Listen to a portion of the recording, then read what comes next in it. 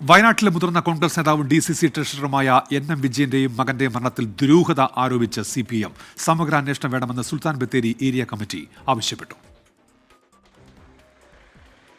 വിഷം കഴിച്ച നിലയിൽ കോഴിക്കോട് മെഡിക്കൽ കോളേജിൽ ചികിത്സയിലായിരുന്ന NM വിജയനും മകൻ ജിജേഷും ഇന്നലെയാണ് മരണത്തിന് കീഴടങ്ങിയത്. മരണത്തിൽ അന്വേഷണം വേണമെന്നാണ് CPIM-ന്റെ ആവശ്യം. NM വിജയന്റെ ആത്മഹത്യാക്കുറിപ്പ് കോൺഗ്രസ് നേതാക്കൾ മാറ്റിയതായി സംശയമുണ്ടെന്നും CPIM Bathery area committee secretary R. Jayaprakash ആരോപിച്ചു. ഞങ്ങൾ വിശ്വസിക്കുന്നത് ഒരു ആത്മഹത്യാക്കുറിപ്പ് ഉണ്ടായിരുന്നു. അത് ചില ആളുകൾ എടുത്തു മാറ്റിയതാണ്. എടുത്തു മാറ്റിയതുമായി ബന്ധപ്പെട്ടുകൊണ്ട് ആ വീട് ആദ്യമേ സന്ദർശിച്ച 2 പേരുണ്ട്.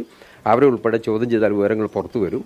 മാത്രമല്ല, ഈ അഴിമതി ആരോപണവുമായി ബന്ധപ്പെട്ടുകൊണ്ട് ഒരു സമഗ്രമായ അന്വേഷണം നടന്നാൽ വസ്തുക്കളെല്ലാം പുറത്തു കൊണ്ടുവരാൻ കഴിയുമെന്നാണ് CPM എന്ന നിലയ്ക്ക് ഞങ്ങൾ പറയുന്നത്.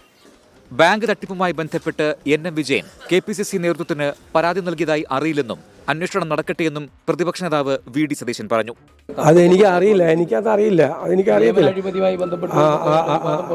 അതറിയില്ല. എന്ത് കാര്യമാണെങ്കിലും അന്വേഷിക്കാം. ഞങ്ങളുടെ പാർട്ടിയിലൊന്നും ഞങ്ങളങ്ങനെ ഒരാളെ സംരക്ഷിക്കാൻ വേണ്ടി ശ്രമം നടത്തൂല.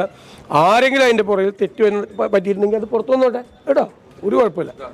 കൽപ്പറ്റയിലെ DCC ഓഫീസിൽ പൊതുദർശനത്തിന് വെച്ച മൃതദേഹത്തിൽ നിരവധി പേർ അന്ത്യോപചാരം അർപ്പിച്ചു.